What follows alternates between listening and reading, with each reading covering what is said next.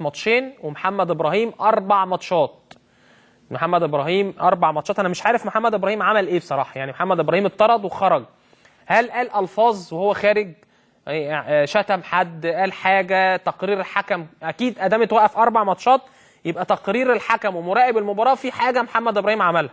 بالنسبه لميدو، ميدو تم عقابه على اساس ان هو نزل ارض الملعب ويعني وجه الفاظ لعاشور الادهم وهو واقع.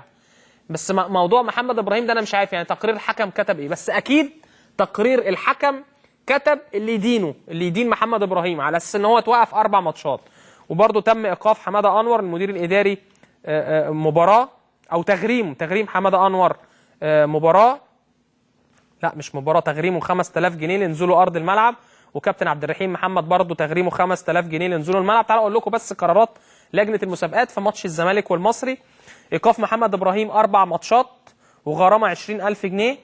ايقاف احمد حسام ميدو مدير الفني للزمالك ماتشين وغرامه 20000 جنيه بسبب نزوله الملعب، وكاتبين في العقوبه لما بدر منه، يعني بسبب تصرفه اكيد مع عاشور الادهم. وتغريم عبد الرحيم محمد، كابتن عبد الرحيم محمد المدرب العام نادي الزمالك 5000 جنيه، وكابتن حماده انور المدير الاداري 5000 جنيه. مش عارف، انا شايف محمد ابراهيم يعني ممكن يكون قال حاجه وهو خارج، ولكن مش عارف الحكم سمعه ازاي او تقرير المراقب سمعه ازاي.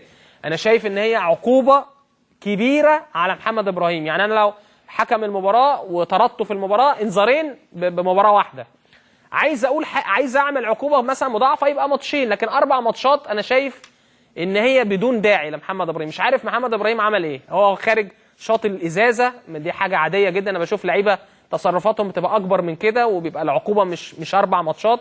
مش عارف بصراحه ايه القصه، لكن تقرير الحكم وتقرير المراقب اكيد في حاجه بتدين محمد ابراهيم. بالنسبه لميدو عشان نزل الملعب واتكلم او قال يعني حاجه ضد عاشور الادهم وهو واقع، وده طبيعي. ماتشين كابتن عبد الرحيم محمد وكابتن حماده انور 5000 جنيه بسبب نزولهم الملعب.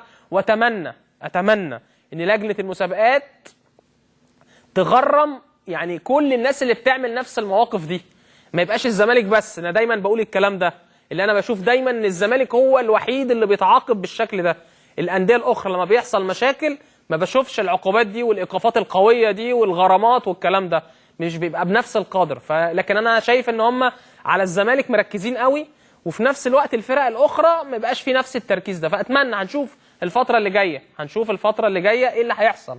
لو في حاجه مشابهه حصلت للي حصل من الجهاز الفني لنادي الزمالك وما اتخذش فيها قرار، دي هتبقى مشكله، ومش يعني مش هنفوت الحاجات دي بالنسبه للجنه المسابقات. ولكن لجنه المسابقات برضه عشان نبقى منصفين معاهم، انا عاجبني ان هم في حسم وفي حسم وحزم عشان ما تتكررش الحاجات دي تاني، ما نشوفش اجهزه فنيه اخرى او لاعبين اخرين بيعملوا الحاجات دي. وانا ده اللي كنت بطالب بيه من بدايه الموسم، اللي يغلط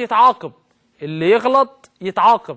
فانا مبسوط برضه، يعني مش هضحك عليكم واقول لكم لا انا يعني بهاجم لجنه المسابقات وخلاص عشان الزمالك لا، انا مبسوط ان يبقى في قرارات، ولكن القرارات تبقى على الكل والعقوبات على الكل، على كل من يخطأ بالخطأ المشابه او المماثل اللي حصل من نادي الزمالك او من الاجهزه الفنيه او من محمد ابراهيم او كذا او كذا. لكن محمد ابراهيم بصراحه انا مش عارف العقوبه 4 ماتشات ليه بالظبط، مش عارف هو قال ايه، ممكن يكون قال حاجه احنا ما سمعناهاش في التلفزيون، مراقب المباراه سمعها، حكم المباراه سمعها. فطبعا يعني هحاول اشوف حد من لجنه المسابقات، ولكن اتمنى ان يكون العقاب لكل المخطئين بنفس القدر. وبقول لكم اهو تاني، انا مبسوط ان في عقوبات بتحصل عشان الحاجات دي ما تتكررش تاني. بس ده اللي انا عايز اقوله في الموضوع ده. طيب كنا بنقول قرارات لجنه المسابقات ده بالنسبه لماتش المصري والزمالك. مباراه الاهلي والانتاج الحربي، تغريم كابتن محمد